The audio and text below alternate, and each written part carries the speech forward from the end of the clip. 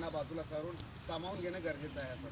पहिला महत्त्वाचा मुद्दा, इंडिया आघाडीमध्ये आत्ता सुद्धा ज्यांच्यामध्ये पूर्वी मतभेद होते ते एकत्र आलेले आहेत. आणखीनही जर पूर्वीचे मतभेद काय होते, त्या कोणत्या थराला होते आणि त्यांच्या मनात ते अजूनही सुप्तावस्थेत आहेत का हे तपासून मग एकूण त्याची व्याप्ती वाढवता येईल. पण आत्ता तूर्त जे आहेत ते सुद्धा मजबूत करणं, एकत्रित राहणे महत्त्वाचे आहे. आता पत्रकार परिषद बोलण्यापूर्वी तुम्ही म्हटलं की सर्दी झाली, स्टाईल मारत नाही, पण आमचा आदित्य असं काही करेल असं वाटत नाही. पण तुम्ही आम्ही आमच्या पण अशी मी स्टाईल कोणाची मारली नाही तर हा प्रश्न विचारण्याची गरजच नाही.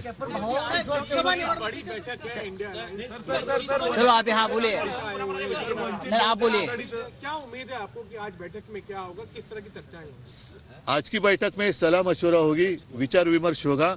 और जैसे मैंने कहा कि अब दिसंबर तो आधा चला गया, आने वाले साल में चुनाव तो होने जा रहे हैं अप्रैल और मई में।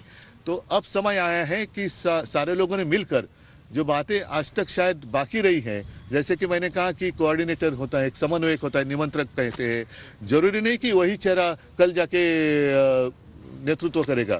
जैसे जॉर्ज साहब थे, शरद यादव जी थे, वैसे कोई तो एक कोऑर्डिनेटर चाहिए। वो एक बात होगी।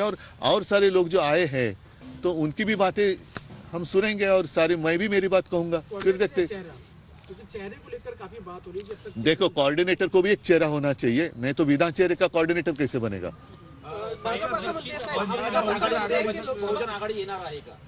त्यांच्याबरोबर आमची चर्चा सुरू आहे आणि ह्या सगळ्याच गोष्टीचा काय तो निर्णय आता थोड्या दिवसात घ्यावा लागेल. साहेब, भाजप असं म्हणते की लोकसभा निवडणूक जी आहे ती भारतासाठी महत्त्वाची आहे, मोदींसाठी नाही. देवेंद्र फडणवीस आता लोकसभा निवडणुकीच्या प्रचाराला लागलेले, ते असं म्हणतात की जे सगळे एकत्र आलेले आहेत ते स्वार्थासाठी एकत्र आले.